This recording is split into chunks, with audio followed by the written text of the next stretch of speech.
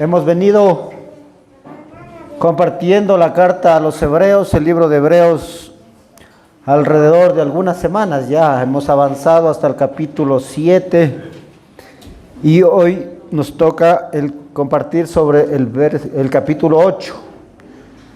Hemos venido, ustedes recordarán, hemos venido compartiendo sobre el sacerdocio, sobre quién está más alto que los ángeles, quién está más alto que los sacerdotes, que es Jesús mismo.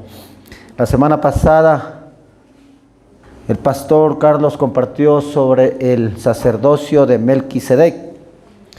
Si ustedes recuerdan, se hablaba de tal sumo sacerdote y hablaba sobre Melquisedec, y que después de él quedó el único, el verdadero, el más grande sobre todos los sacerdotes, que es Jesucristo. En el verso 26, si recordamos del capítulo 7, hablaba: porque tal sumo sacerdote nos convenía, santo, inocente, sin mancha y apartado de los pecadores, y hecho más sublime que los cielos. Tal sumo sacerdote nos convenía, dice su palabra. ¿Por qué nos convenía? Porque era santo, era inocente, era sin mancha y era totalmente apartado del pecado. No como los demás sacerdotes, que también eran hombres y eran hombres pecadores, hombres con debilidades y hombres que tenían que hacer sacrificios de tiempo en tiempo para poder recibir el perdón.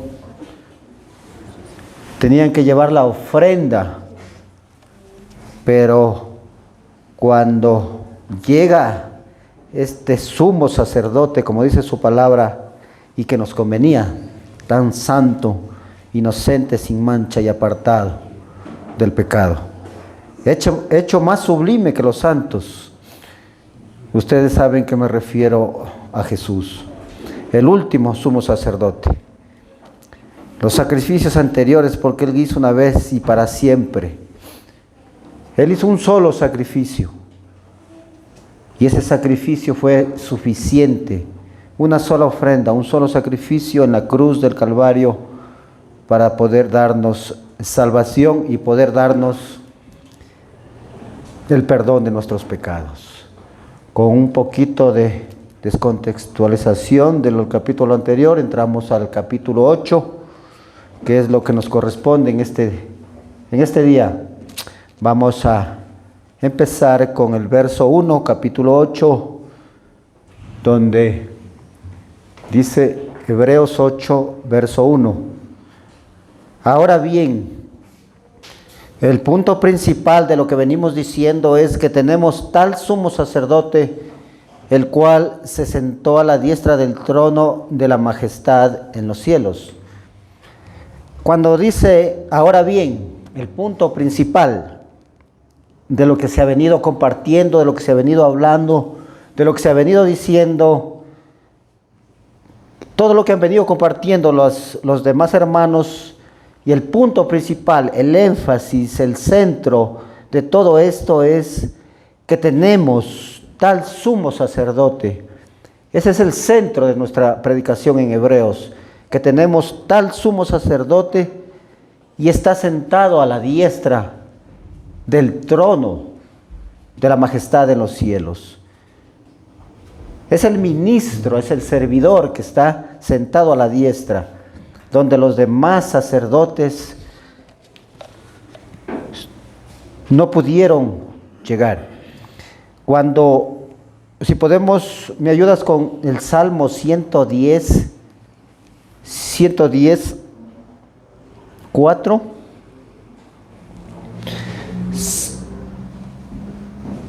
Salmo 110, 4, con el 4. Jesús juró Jehová y no se arrepentirá. Tú eres sacerdote para siempre, según el orden de Melquisedec. Juró, dice, juró Jehová y no se arrepentirá.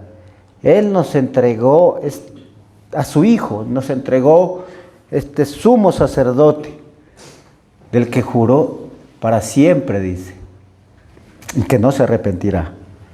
Y Él es el que está sentado a la diestra del trono de la majestad en los cielos, donde desde ahí Él está ministrando a cada uno de nosotros, donde Él puede escuchar nuestro clamor, nuestra súplica día a día, cada mañana, porque junto al Padre ministra desde los cielos.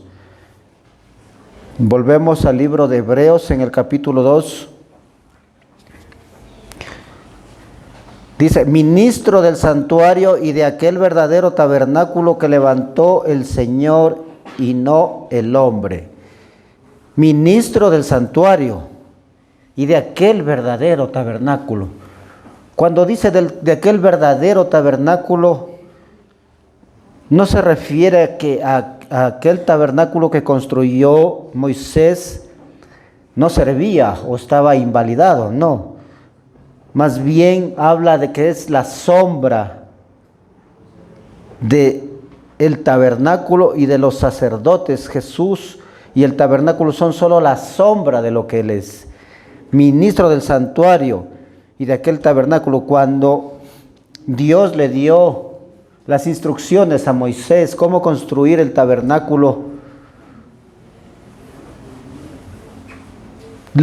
lo tuvo que hacer conforme Dios le había instruido. Lo tenía que hacer con todas las instrucciones precisas y exactas que Dios le había dicho. Él no podía darle espacio a su imaginación y poner algo extra en el tabernáculo. Si ustedes en sus casas pueden investigar sobre el tabernáculo, ustedes podrán ver y observar y entender todas las cosas, cómo fue construido este tabernáculo, todo lo que contenía dentro del tabernáculo. Recuerden que el tabernáculo era el sitio de reunión, era el lugar santo, el lugar santísimo, donde los sacerdotes entregaban su ofrenda, entregaban su sacrificio. Pero cuando dice ministro del santuario y de aquel verdadero tabernáculo, es porque todo esto que hemos venido compartiendo sobre los sacerdotes, sobre la orden levítica, sobre la orden arónica y sobre la orden de Melquisedec, y al final terminamos con la orden, con el verdadero sacerdote, el verdadero sumo sacerdote, que es Jesucristo. El verso 3 dice, porque todo sumo sacerdote está constituido para presentar ofrenda y sacrificios. Recuerden que como les compartí anteriormente, el sacerdote estaba constituido ¿para qué? Fueron constituidos para presentar ofrenda, para presentar sacrificio. Todo sacerdote fue constituido para eso, para ir al lugar santo, al lugar santísimo, para ir al tabernáculo y ahí llevar la ofrenda, para ahí presentar el sacrificio para expiación de los pecados. Pero cuando dice, por lo cual es necesario que también éste tenga algo que ofrecer, se refiere a Jesús, ¿verdad? Cuando dice que tenga algo que ofrecer, y en verdad lo leo y lo he leído muchas veces, cuando dice, porque lo cual es necesario que también éste tenga algo que ofrecer, y no es algo, no es tan poquito, no es tan pequeño. Recuerden que Él entregó su vida, Él entregó su sangre por usted y por mí. Él pagó un precio, una ofrenda, un sacrificio demasiado alto, para que nosotros podamos acceder libremente al sitio de reunión, al sitio de adoración, al lugar santo. Ya no hay ese privilegio, ya no hay esos espacios de privilegios que solo los sacerdotes podían acceder. Usted puede acceder libremente hoy en día a una intimidad con Jesucristo, a una intimidad con Dios. Ya no tiene esos privilegios que tenían los sacerdotes, solo los sacerdotes. Cuando hablamos de que era necesario que también tenga algo que ofrecer, no es como que los sacerdotes anteriores ofrecían. Ellos tenían que llevar un carnero, el mejor carnero, y ofrecerlo. Pero cuando habla de este sumo sacerdote que es Jesús, y cuando dice que hemos venido diciendo que es el tema principal, el punto principal, es el precio demasiado alto, pagar con su propia vida, entregar a su Hijo y que muera en una cruz para que usted y yo seamos redimidos. Es una noticia muy maravillosa, una noticia muy hermosa, entender que Él entregó su vida por usted y por mí. Y hoy tenemos ese libre acceso al trono de la gracia. El verso 4, así que si estuviese sobre la tierra, ni siquiera sería sacerdote. ¿Por qué dice la Escritura que si estuviese sobre la tierra, ni siquiera sería sacerdote? Porque ¿a quién era encargado el sacerdocio en el Antiguo Testamento? Era encargados a la tribu de Leví. ¿Y Jesús era de qué tribu? Era de la tribu de Judá. Entonces ni siquiera podía ser sacerdote, porque todo este sacerdocio era traspasado, como ya se enseñó las prédicas anteriores, era traspasado. El sacerdote moría y era traspasado a su siguiente generación. Entonces Jesús dice que si estuviese sobre la tierra, ni siquiera sería sacerdote, habiendo aún sacerdotes que presentan las ofrendas según la ley. Cuando dice esto, habiendo sacerdotes que presentan ofrendas según la ley, se refiere a que eran los de la tribu de Leví. Y Jesús, como les digo, pertenecía a la tribu de Judá. El verso 5, los cuales sirven a lo que es figura y sombra de las cosas celestiales, como se le advirtió a Moisés cuando iba a erigir el tabernáculo, diciéndole: mira, haz todas las cosas conforme al modelo que se te ha mostrado en el monte. Si me ayudas con el Éxodo 25:40, por favor. Dios le había dado, como les digo, las especificaciones precisas, exactas, para que Moisés construyera el tabernáculo. Dice: mira y hazlos conforme al modelo que te ha sido mostrado en el monte. Recuerden que a Moisés en el monte le fue entregada las tablas de la ley. Recuerden que Dios le había dado la dirección a Moisés para que construya la instrucción, para que construya el tabernáculo.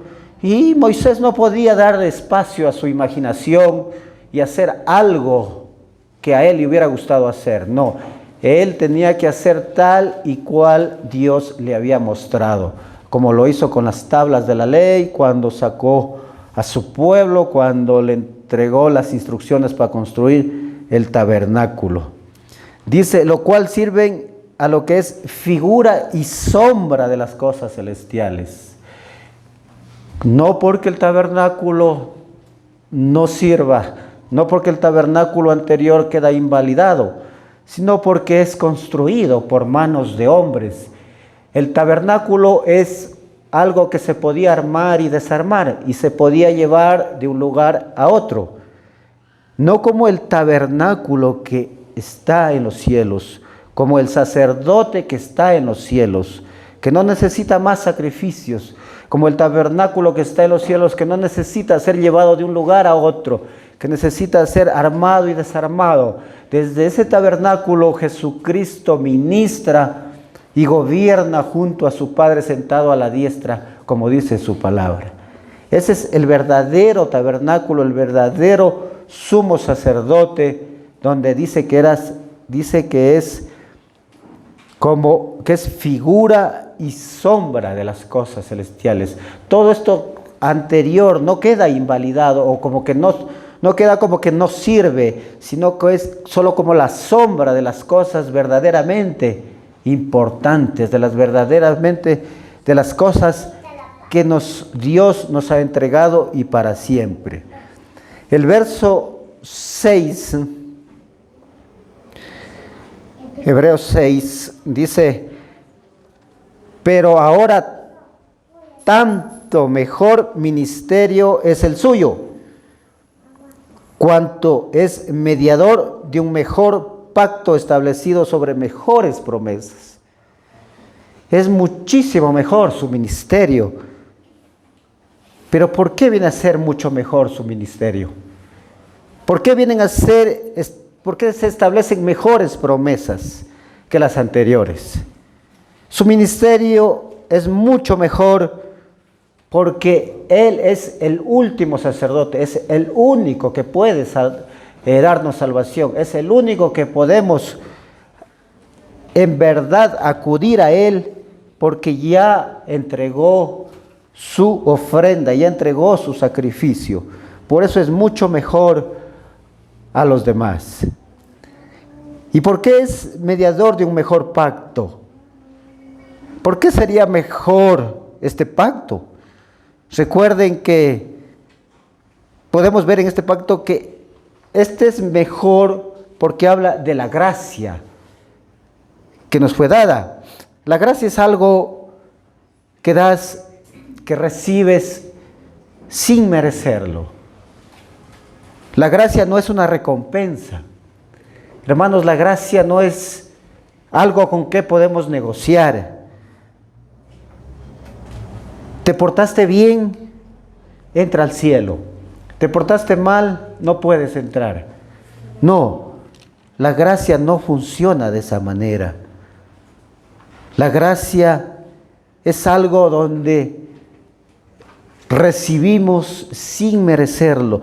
Por la gracia y misericordia de Dios, yo estoy parado aquí frente a ustedes. Por la gracia y misericordia de Dios, la palabra ha sido instruida en sus corazones y en sus mentes. Por la gracia de Dios, ustedes están confiando en Dios. Por la gracia de Dios, ustedes han sido perdonados. No porque hemos hecho algo para merecerlo, es porque Él tuvo misericordia de nosotros. Yo no puedo decirle, bueno, Señor, yo me comprometo a guardar 6 mandamientos. No, tienes que guardar 8. Dejémoslo en 7. Ya, está bien, en 7. ¿Podríamos negociar eso? Jamás podríamos negociar eso. Dice que Él va a establecer un mejor pacto y ese pacto es por gracia. Éxodo 24:3, si me ayudas, porfa.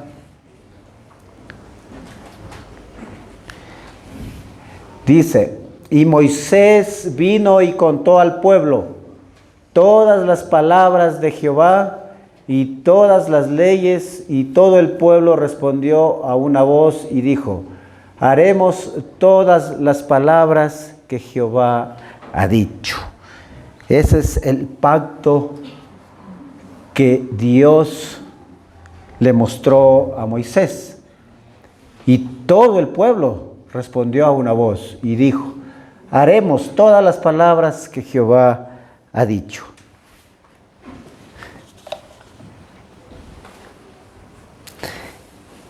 El verso 7, si me ayudas con Hebreos 7. Porque si aquel primero hubiera sido sin defecto, ciertamente no se hubiera procurado lugar para el segundo.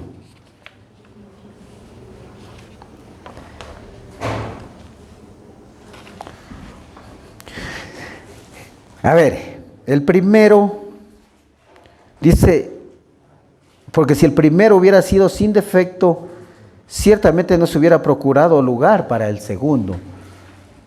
No es que el primero tenía un defecto o estaba mal instituido. El problema éramos nosotros. El problema fue el pueblo que desobedeció lo que acabamos de leer, que no obedecieron cuando dijeron que iban a obedecer. Recuerden que cuando Moisés bajaba con las tablas y él fue a la montaña a hablar con Dios, ellos se hicieron ya un Dios. Es la desobediencia del pueblo la que lo hizo defectuoso al pacto anterior, dando espacio para el segundo. Porque el 8 dice, porque reprendiéndolos dice, he aquí vienen días, dice el Señor, en que estableceré con la casa de Israel y la casa de Judá un nuevo pacto. Pongamos atención porque aquí se empieza a hablar sobre el nuevo pacto. He aquí vienen días, dice el Señor, en que estableceré con Israel y con Loja y la casa de Judá un nuevo pacto. ¿Cuál es este nuevo pacto? No como el pacto que hice con sus padres, el día que los tomé de la mano para sacarlos de la tierra de Egipto, porque ellos no permanecieron en mi pacto y yo me desentendí de ellos, dice el Señor. Vamos a ver en Jeremías 31, del 1 al 3. Jeremías 31, del 1 al 3. Dice, en aquel tiempo, dice Jehová, yo seré por Dios a todas las familias de Israel, y ellas me serán a mí por pueblo. Así ha dicho Jehová, el pueblo que escapó de la espada halló gracia en el desierto cuando Israel iba en busca de reposo. Y el 3 dice, Jehová se manifestó a mí hace ya mucho tiempo, diciendo, con amor eterno te he amado, por tanto te prolongué mi misericordia. Amén, hermanos. Con amor eterno te he amado, por lo tanto prolongué mi misericordia.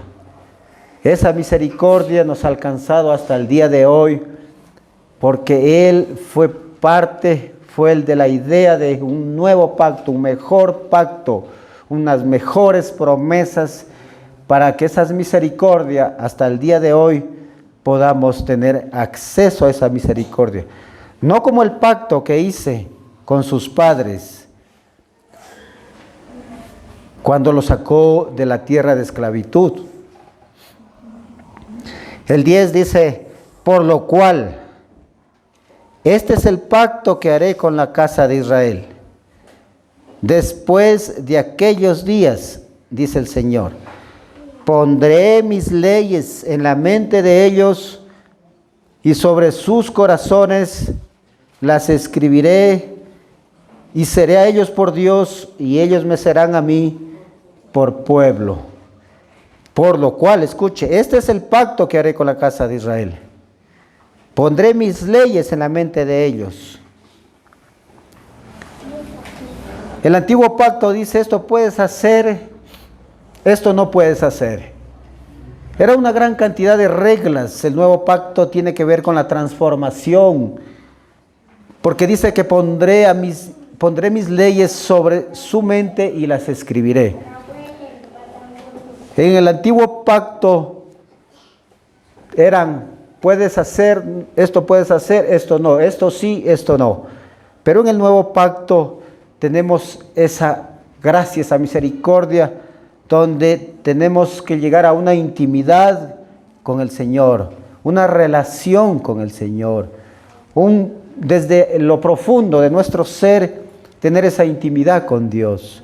Si vamos a Jeremías, al 31, más adelante, en el verso, Jeremías 31, del 32 al 34, dice, no como el pacto que hice con sus padres, el día que tomé su mano para sacarlos de tierra de Egipto, porque ellos invalidaron mi pacto.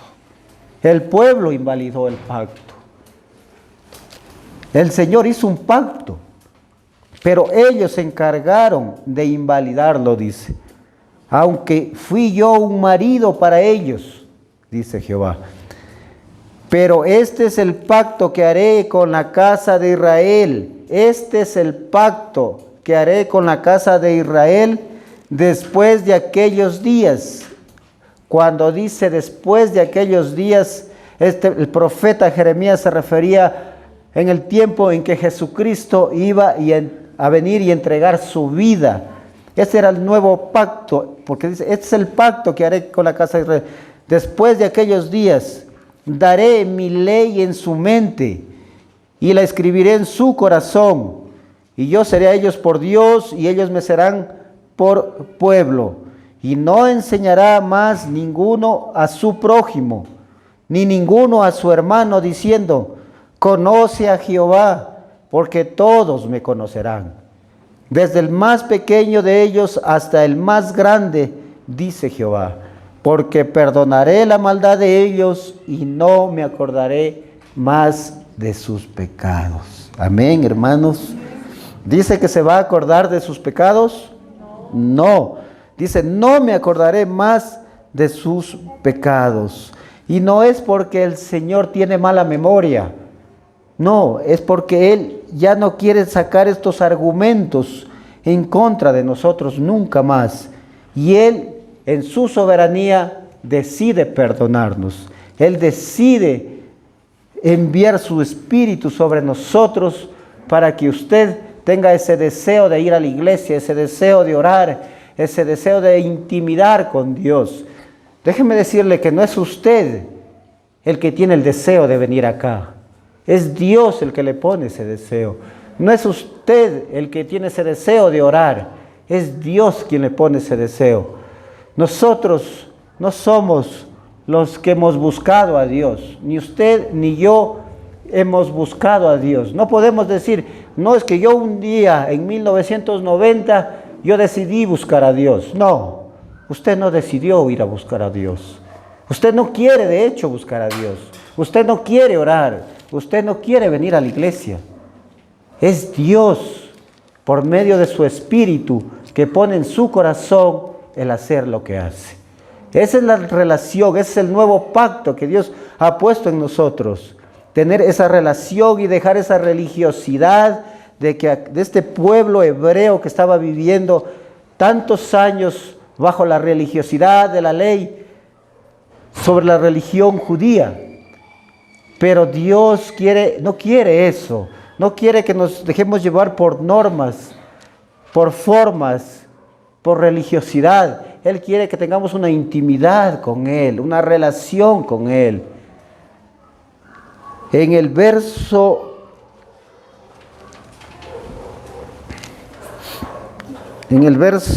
10 dice, por lo cual este es el pacto que haré con la casa de Israel después de aquellos días. Pondré mis leyes en la mente de ellos. ¿Acaso dice que usted con su capacidad ha puesto las leyes en su mente? Él dice que ha puesto las leyes en nuestra mente y sobre nuestros corazones dice que ha escrito.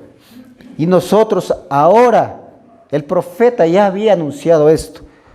Y ahora nosotros podemos decir que Él es nuestro Dios, que Cristo es nuestro Redentor, porque Él se encargó de poner en nuestros corazones todas estas cosas. Y ellos me serán a mí por pueblo. Cuando la palabra de Dios dice, y ellos me serán a mí por pueblo, yo digo amén, porque yo soy el pueblo de Dios. Yo soy el escogido de Dios. Yo soy el separado, el que me ha llamado.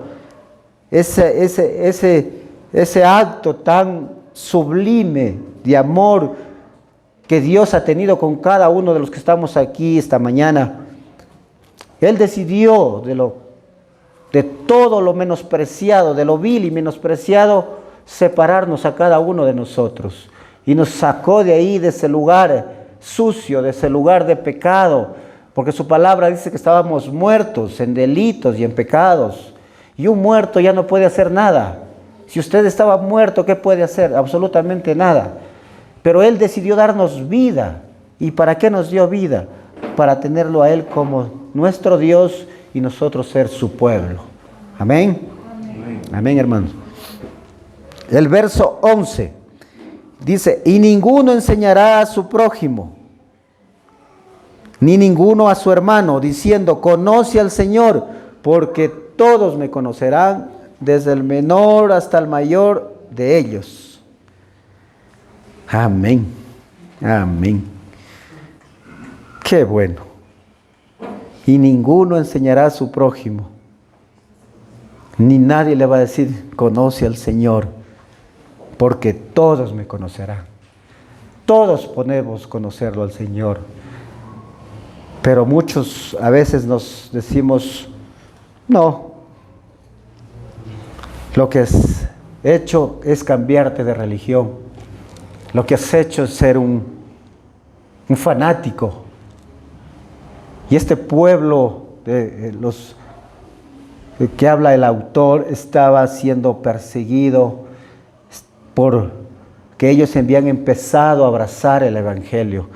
Habían empezado a abrazar esa nueva promesa, ese nuevo pacto de la gracia. El verso 13 dice, al decir, nuevo pacto ha dado por viejo al primero. Y lo que se da por viejo y se envejece, está próximo a desaparecer.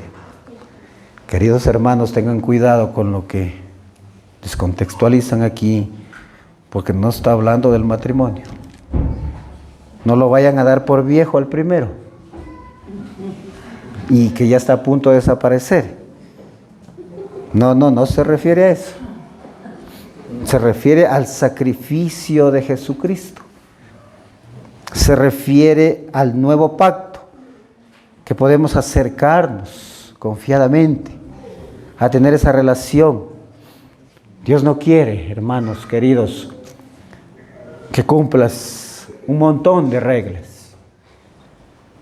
Lo que Dios demanda de cada uno de nosotros es que tengamos cada mañana esa intimidad con Él. Una relación desde adentro, una relación desde lo profundo de nuestro corazón, entendiendo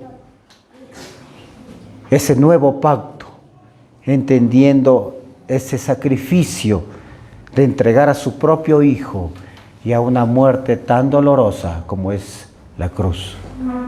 Si tú llegas a entender esta ofrenda, este sacrificio, este nuevo pacto, no lo tengas por menos.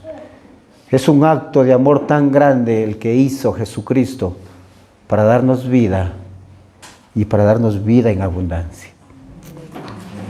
Que el Señor siga fortaleciendo nuestras vidas, siga instruyendo nuestras vidas. Todo este tiempo que hemos compartido sobre Hebreos, hemos aprendido sobre sus promesas, sobre su sacerdocio y sobre, como hablaba en el verso 1, el punto principal es Jesucristo. Es su entrega, su ofrenda de morir en aquella cruz por cada uno de nosotros. Si nos ponemos de pie,